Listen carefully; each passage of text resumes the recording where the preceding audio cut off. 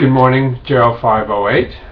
It is Tuesday morning, the 4th of June, and this is a really important topic, nutrition and aging. And with the help of Kathleen and Travis, we're going to have another great discussion.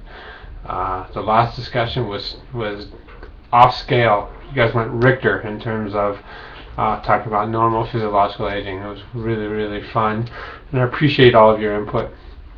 Nutrition and aging is really important. I've actually posted a couple new sites on this lecture, so go back and take a look at it. What I wanted to do in terms of this kind of career orientation with respect to this class is I posted a PDF. Read it if you have time. And it's about the health team concept, and a nutritionist, as you guys know, a lot of you guys are out there in the field, is a super important component. There's so many misdiagnoses of health problems in the elderly that actually can be traced back to really poor nutrition. And a lot of you guys touch bases on, for example, looking at physiological changes. We were looking at gastrointestinal changes. One of you guys' clients had gastroparesis. My wife has gastroparesis.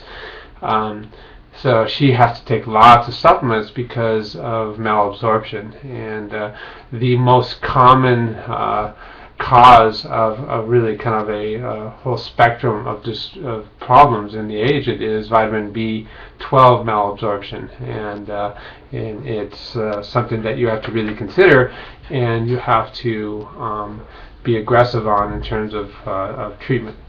So the other thing that I listed was there's a real quick news bite from the National Institute on Aging about a really long-term study doing calorie restriction studies in primates.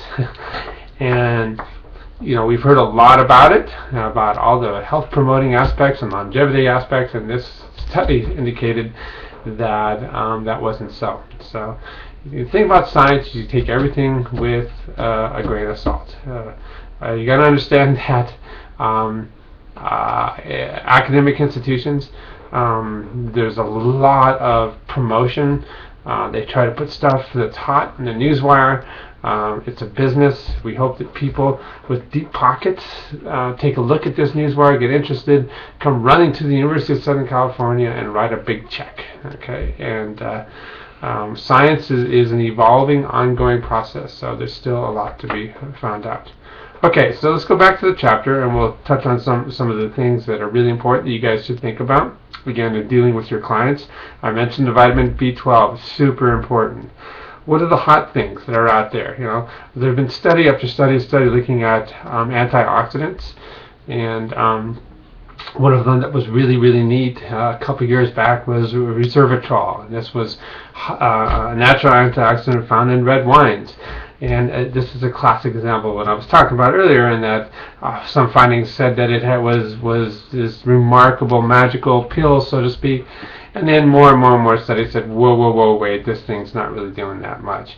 The problem with the antioxidants is we know that they're important. We know that if you're completely deficient, that you'll have health problems. But there's really not much evidence that if you bombard the body with antioxidants, that you're going to get a huge beneficial effect. Again, this is ongoing research. We in this chapter will be discussing things like fiber. Again, this is very clear in terms of colon health, gastrointestinal health. A big part of it is just transit time in your intestines. You don't want to have a bunch of toxins sitting around having their way with your intestines. So the best way to keep that from happening is to give lots of fiber, so things just go racing through. Okay. Going back to the calorie restriction thing, the one thing I didn't bring up is that supposedly the key element is this IGF-1 that is elevated with calorie restriction.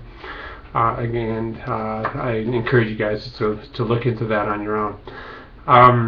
The other things that are discussed are just the way we carry our weight and obesity. Obviously, the worst type of weight to develop is mid-girth tummy weight.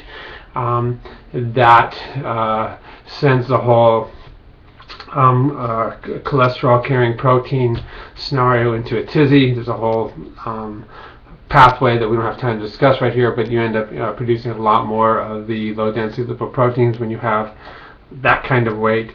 Of course, it's associated with elevated blood sugar. You get diabetes when you're obese. Diabetes and obesity are associated with cardiovascular disease, and now there's more and more studies that there's this kind of linkage of diabetes, cardiovascular disease, and cognitive decline seen in Alzheimer's disease. And some people even think that diabetes is pre-Alzheimer's. So this is something really, really important to think about. Okay, so going back to this, I hope that you guys consider the importance of the team concepts and in bringing in a nutritionist. We can't know everything, so you guys that are occupational therapists and you're part of a team, bring in the team nutritionists. Oh, hey, look at there. We have somebody that is visiting today. Come here, Maple. Come here. Come here. Come on. Ooh. This is my senior citizen. This is Maple. Maple is going to be 10 years old. She used to be spry. She's kind of shy. Can you tell? She's looking away from the camera. Say, hi, Maple. There she is. That's a good girl. Maple's going to be 10. Look at her gray face. Okay, bye.